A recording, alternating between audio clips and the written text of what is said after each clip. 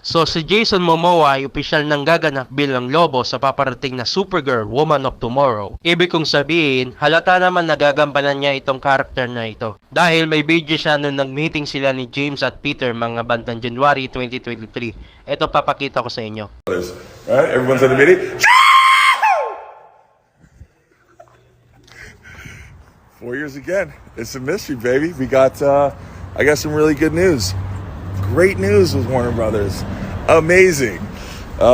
Wish I could tell you, but here it is.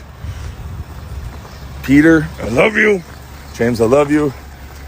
David. Okay. Mwah! To the future, to the future. Baby! Picture me rolling.